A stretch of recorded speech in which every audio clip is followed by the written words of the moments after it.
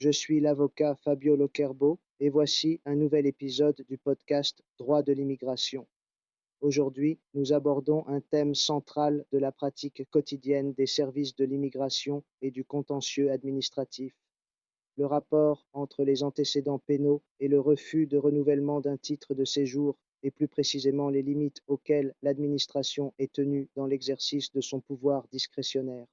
Je prends comme point de départ un arrêt du tribunal administratif régional de la Vallée d'Aoste, section unique, publié le 10 novembre 2025, rendu dans la procédure inscrite sous le numéro de rôle général 1 de 2025, à l'issue de l'audience du 16 octobre 2025. Il s'agit d'une décision qui mérite une attention particulière car elle réaffirme des principes trop souvent négligés dans la pratique administrative.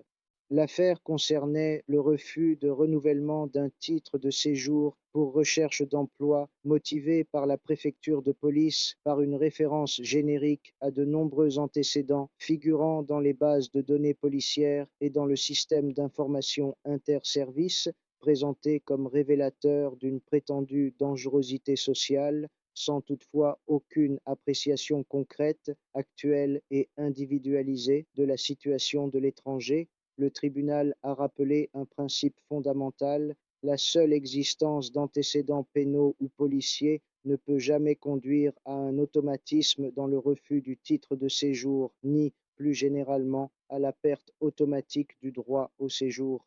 L'administration est tenue de motiver de manière précise les raisons pour lesquelles, aujourd'hui et concrètement, la personne concernée représenterait un danger pour la société. Il ne suffit pas d'énumérer des signalements ni de recourir à des formules stéréotypées. Dans l'affaire examinée, le juge administratif a constaté un défaut manifeste de motivation aggravé par un comportement particulièrement significatif de l'administration. Malgré 2 mesures d'instruction, la préfecture de police n'a produit aucun document à l'appui de ces affirmations. Ce silence a permis, selon le tribunal, l'application de l'article 64 du Code de la justice administrative en tirant des éléments de preuve en faveur du requérant.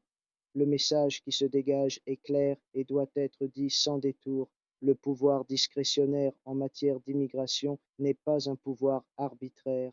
Même lorsque des considérations d'ordre public et de sécurité sont en jeu, l'administration doit respecter les principes de proportionnalité, de raisonnabilité et d'actualité de l'appréciation. Le droit de l'immigration n'est pas une zone de non-droit, mais un domaine dans lequel les garanties juridiques s'appliquent comme dans tout autre secteur de l'action administrative. Cet arrêt s'inscrit dans une jurisprudence désormais bien établie qui appelle à un changement de perspective. Le passé judiciaire ne peut être utilisé comme une condamnation permanente à l'irrégularité. Il convient toujours d'examiner le comportement ultérieur de la personne, son insertion sociale et professionnelle, le temps écoulé depuis les faits et, surtout, l'absence de toute dangerosité actuelle. D'un point de vue pratique, cette décision constitue un outil important pour la défense. Elle montre que les refus fondés sur des formules générales et sur des références vagues aux bases de données sont fragiles devant le juge, en particulier lorsque l'administration est incapable ou refuse d'étayer ses affirmations par des éléments concrets. Dans un système qui exige l'intégration et le respect des règles, l'État doit lui aussi respecter les siennes.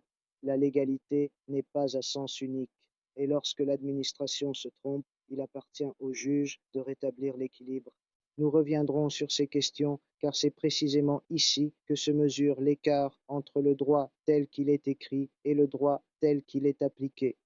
Je suis l'avocat Fabio Locerbo et ceci était un nouvel épisode du podcast Droit de l'immigration.